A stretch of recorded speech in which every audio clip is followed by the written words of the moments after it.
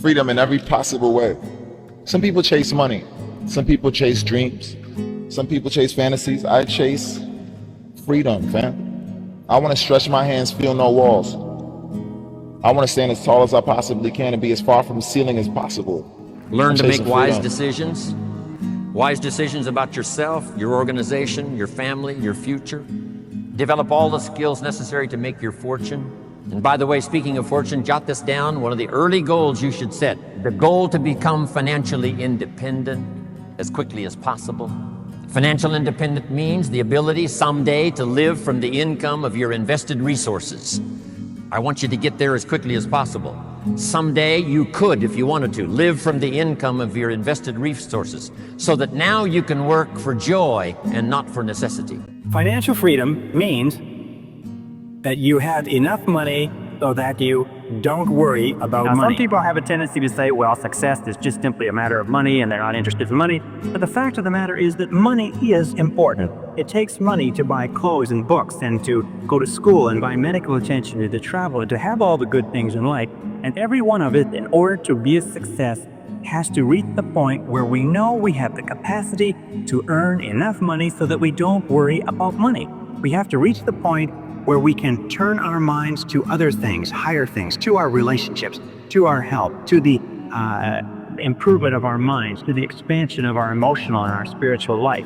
But we all have to have the ability to earn more money. And the great majority of people, unfortunately, don't earn enough by their own estimation. Wealth is about freedom. The one thing that, getting to an income bracket that I've gotten to has given me is the ability to live my life on my terms. It's still not the money that'll make you happy, but it's about freedom. Not being a slave to a system, not living a life that you don't want to live. And so many people see that different. They think that if you want money, if you want to be rich, if you want to be wealthy, that's a bad thing. And that's not true. And so my point is that you should work on yourself internally and work on your satisfaction, your happiness, your contentment, which is really your purpose, and then also work on creating the life you want to live and the freedom to live it. And the reason why is because we don't understand how money plays a part in our lives. Money is just one part of our lives. You're right, money is not going to make you happier. Money is not going to make you a better person. Money is not going to make you a good person. However, if you don't have money and if you don't understand money, well, that lack of money can impact your mental health. It can make you stressed, anxious, depressed. It is one of the leading causes of divorce.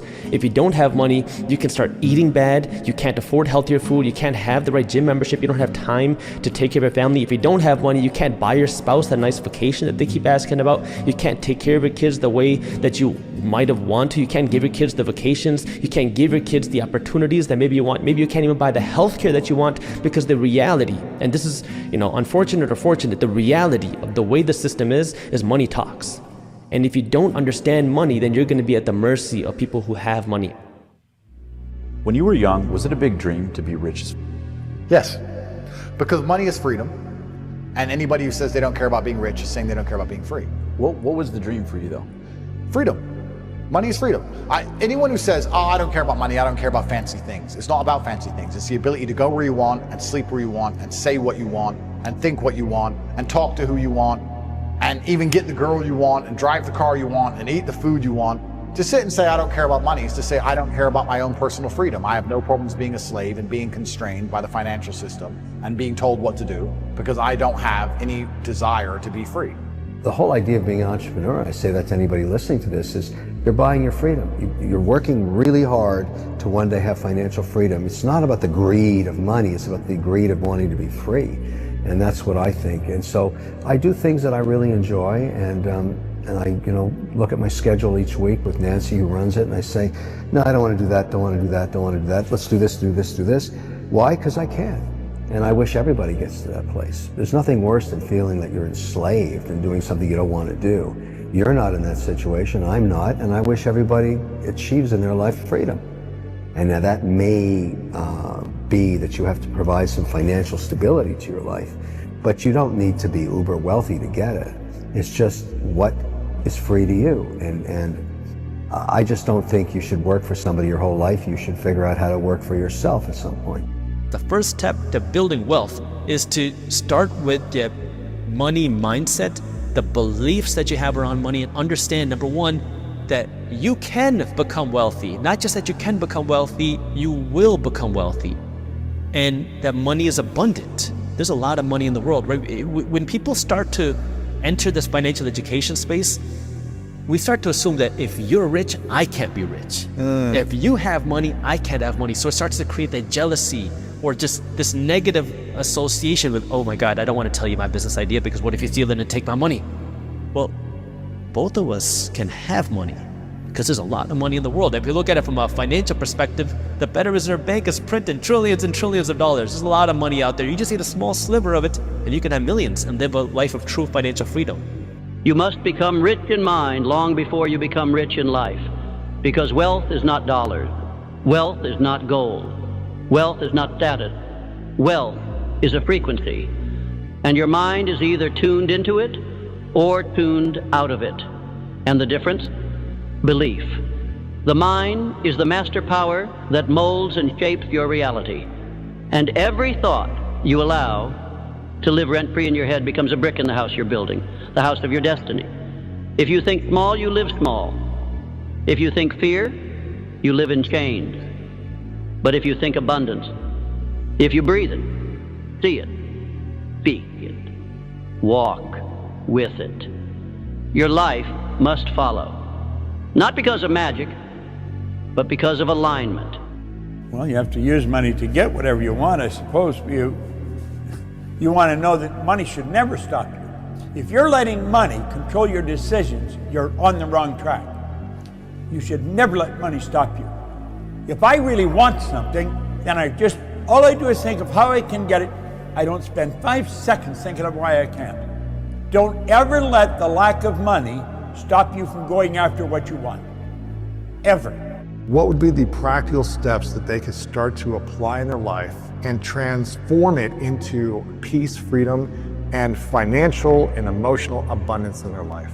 That is a really good question, and what we're doing now is the answer to that question. It has to begin with knowing that you have a choice. First of all, so many people believe that there is no choice because they have been conditioned and indoctrinated to believe that they are powerless victims of a world around them that they have no control over, and that they are a flawed form of life that needs something outside of their body. It's very difficult to break through those patterns if you are not willing to accept the truth of your humanness and the power and responsibility that comes with being a human. That there's a difference between making money and building wealth.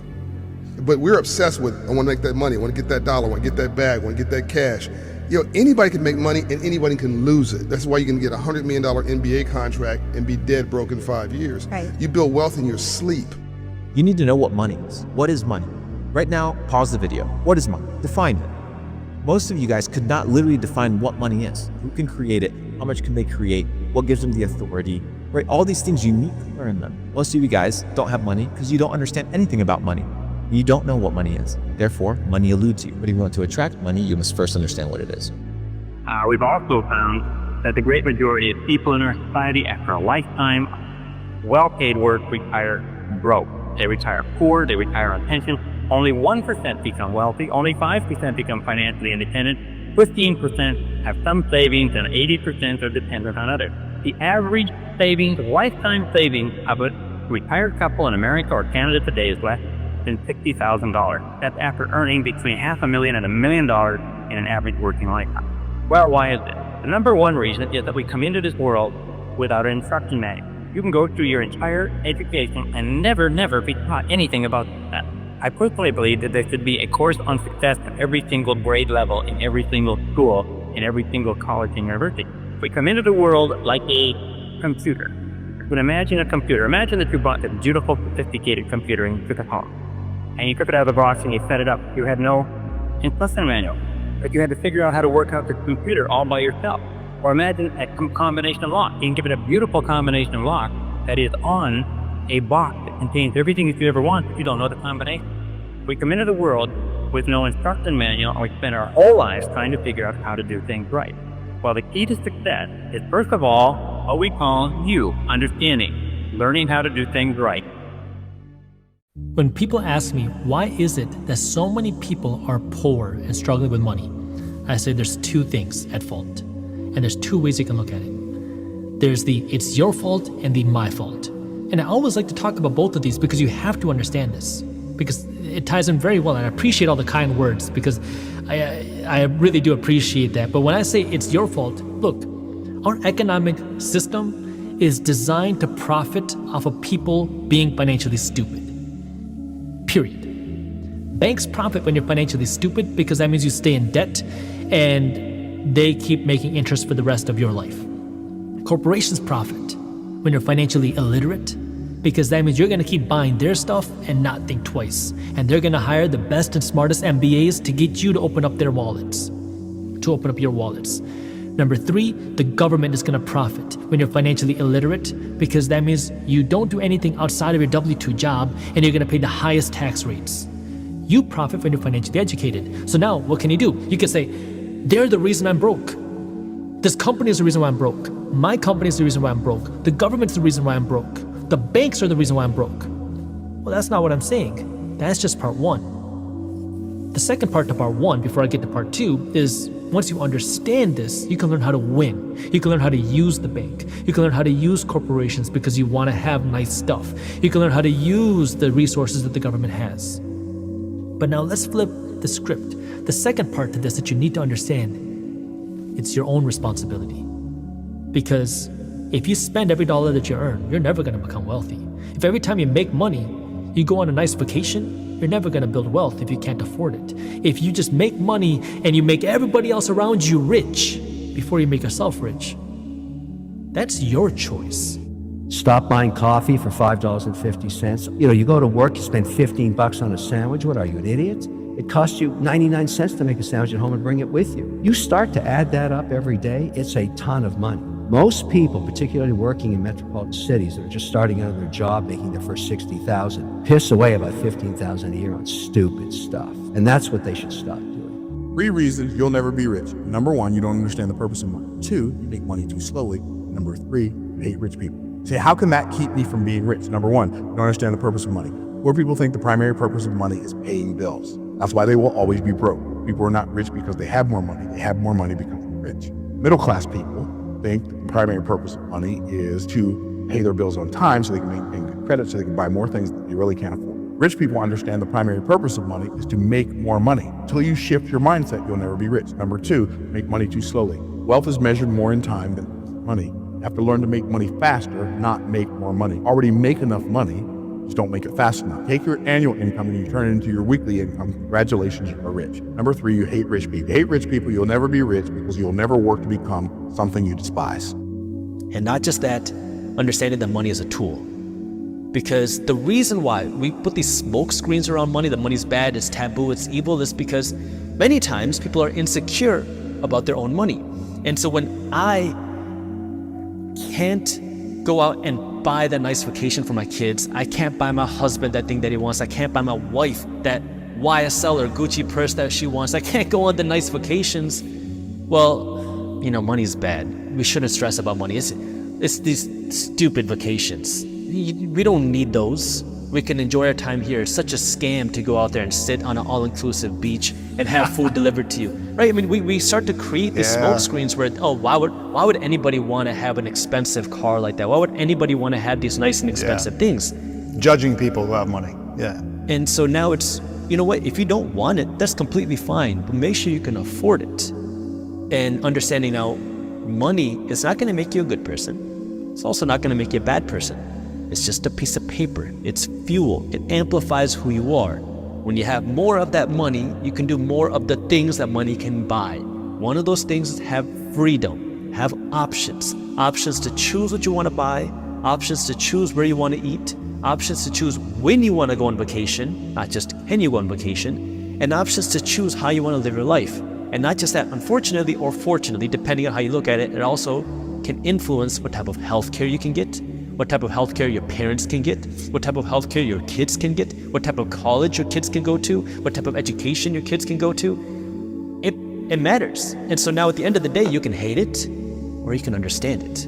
I just understood that there was a version of reality that I had yet to experience. I saw my parents struggle to pay the bills, and I saw my friends struggle to pay the bills, and I saw everyone around me unable to eat, and then I saw certain people with $500,000 cars, and I understood there must be a different version of reality. There must be a version of making money, a version of banking, of finance, of education, of knowledge, of network, of connections that existed outside the matrix. There has to be a different world. This world I'm in, everyone's poor, this is garbage.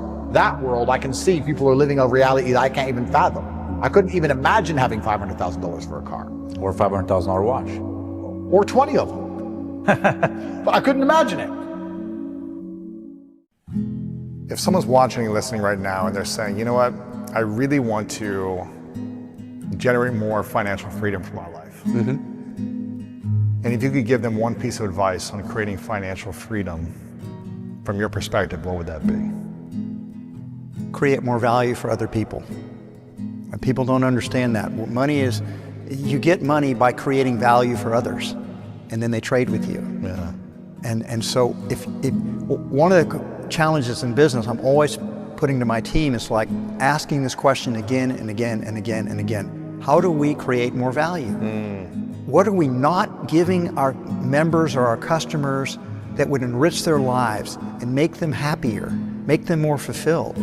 And so as long as you're thinking about and you're constantly improving your offering to create more value, then you're going to become wealthier. Those go together, and people separate those out and then they forget. Because I came to something that I call the quadruped theory. And the way that I put it is there's 4 aspects of life. If you want to live a happy and fulfilled life, you have to be healthy in these 4 aspects. First, you have to be physically fit. Second, you have to be mentally fit. Third, you have to be spiritually fit. And fourth is financially fit. And the way I put it in this order is because physically, if you're not physically fit, if you're morbidly obese, you're on your deathbed, it doesn't matter if you have $10 million. The only thing you care about is being healthy again. Second, mentally fit.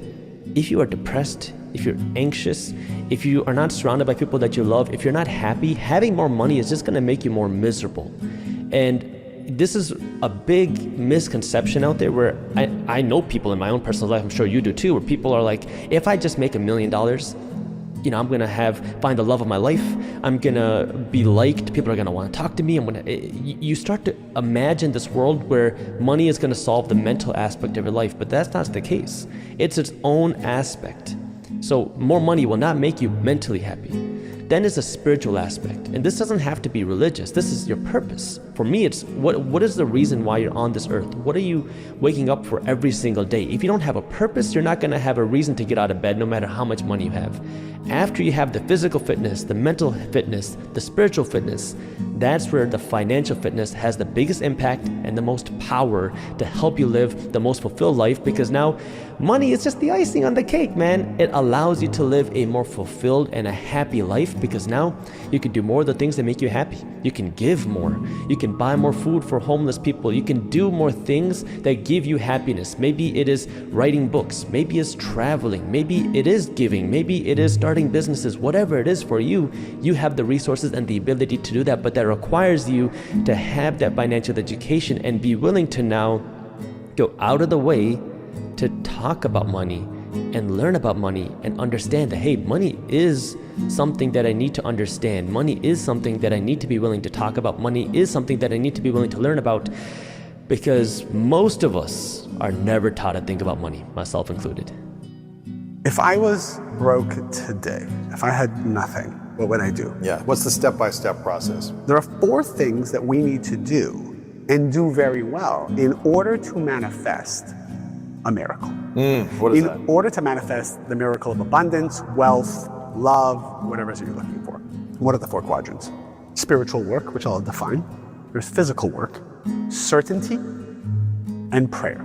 Often, the reason why people are working so hard but not seeing the miracle is they might only be focused on one of those 4 quadrants and investing all their energy in that one, but ignoring the other 3, or maybe just 3 out of the 4. It's when you hit all 4 that the gates open. Money is not the cure for poverty. No, you're naive if you think that. No, it's not the cure for being discontent either. But it does offer you freedom if you use it correctly. And that can opportunity. give you an opportunity. So Yeah. it give you some relief from stress, which can give you some kind of happiness, but it's not the goal. No. Well, it has to be put in an ethical framework, or it'll just look. Money's opportunity. That's a way of thinking about it. And if you're going to the devil and you have money, you just go to the devil faster.